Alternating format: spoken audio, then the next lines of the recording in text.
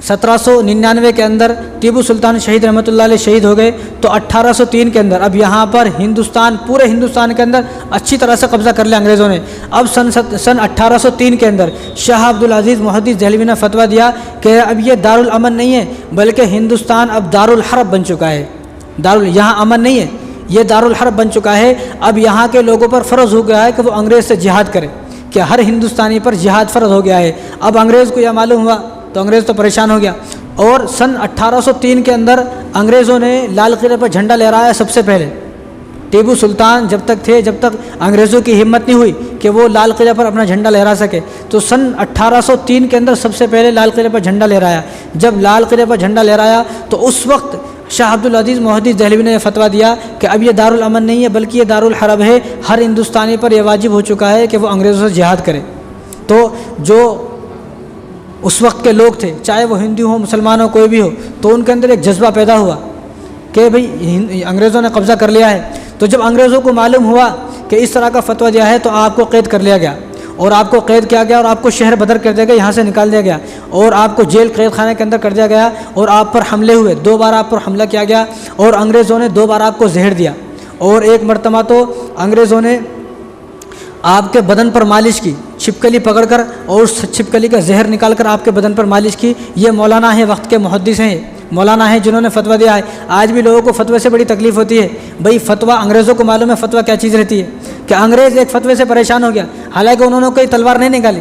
انہوں نے کوئی لوگ جنگ کے لیے جمع نہیں کیے، صرف ایک فتویٰ دیا کہ یہ اب دارالحرب ہے، دارالامن نہیں ہے، کہ اب انگریزوں کے خلاف جہاد کرنا ہر ہندوستانی پر، چاہے وہ مسلمان ہو، چاہے وہ غیر مسلم ہو، ہندو ہو، سکھ ہو، عیسائی ہو، ہر ہندوستانی پر فرض ہو چکا ہے کہ وہ انگریزوں سے جہاد کرے، انگریزوں سے جنگ کرے۔ تو انگریز بھی حیران ہو گیا، جب مچھلی کا زہر نکال کر آپ کے بدن کی مالش کرائی ایک آدمی کو خرید کر، تو آپ کی بالکل بینائی ختم ہو گئی،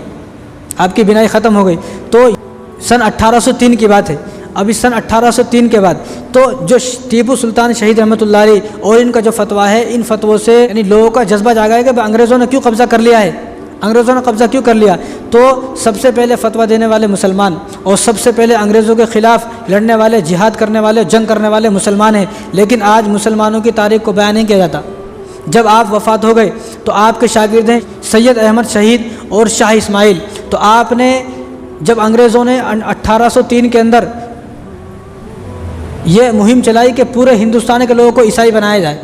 پورے ہندوستان کے لوگ جو ہے وہ عیسائی دھرم میں کنورٹ ہو جائے، عیسائی ہو جائے، تو آپ کو یہ محسوس ہوا، شاہ عبدالعزیز محدث دہلوی کو یہ محسوس ہوا کہیں ایسا نہ ہو کہ پوری ہندوستان کے لوگ جو وہ عیسائی بن جائے۔ تو انہوں نے سید احمد شہید اور شاہ اسماعیل، ان دونوں کو، اور آپ کے ساتھ بہت سارے لوگ تھے، ان کو یہ بولا کہ آپ پورے ہندوستان کا دورہ کریں، اور پورے ہندوستان کا دورہ کرنے کے بعد لوگوں کے ایمان کو بچائیں،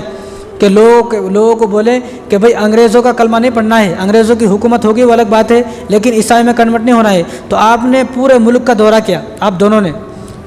سید احمد شہید اور شاہ اسماعیل، پوری ہندوستان کا دورہ کیا، اور 8 مہینے تک دورہ کیا۔ اور 8 مہینے کا دورہ کرنے کے اندر شاہ اسماعیل شہید رحمہ اللہ نے ایک کتاب لکھی جس کتاب کا نام ہے تقویۃ الایمان۔ جب انگریز نے صرف سفر کے اندر ایک کتاب لکھی، جب انگریز نے وہ کتاب کو پڑھا، کتاب کو دیکھا، تو انگریز بھی حیران ہو گئے بھئی یہ کون ہے۔ تو پھر 1831 کے اندر بالا کوٹ میں جنگ ہوئی، اور اسی جنگ میں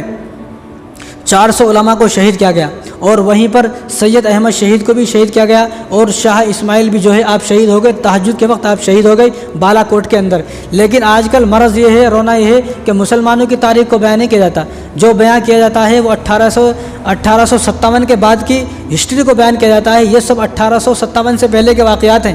بالا کوٹ کے اندر 400 علماء کو شہید کیا گیا۔ اب یہ 400 علماء جو جنگ لڑنے والے ہیں وہ ایسا نہیں آپس میں، وہ انگریزوں کے خلاف جنگ لڑنے والے ہیں۔ اب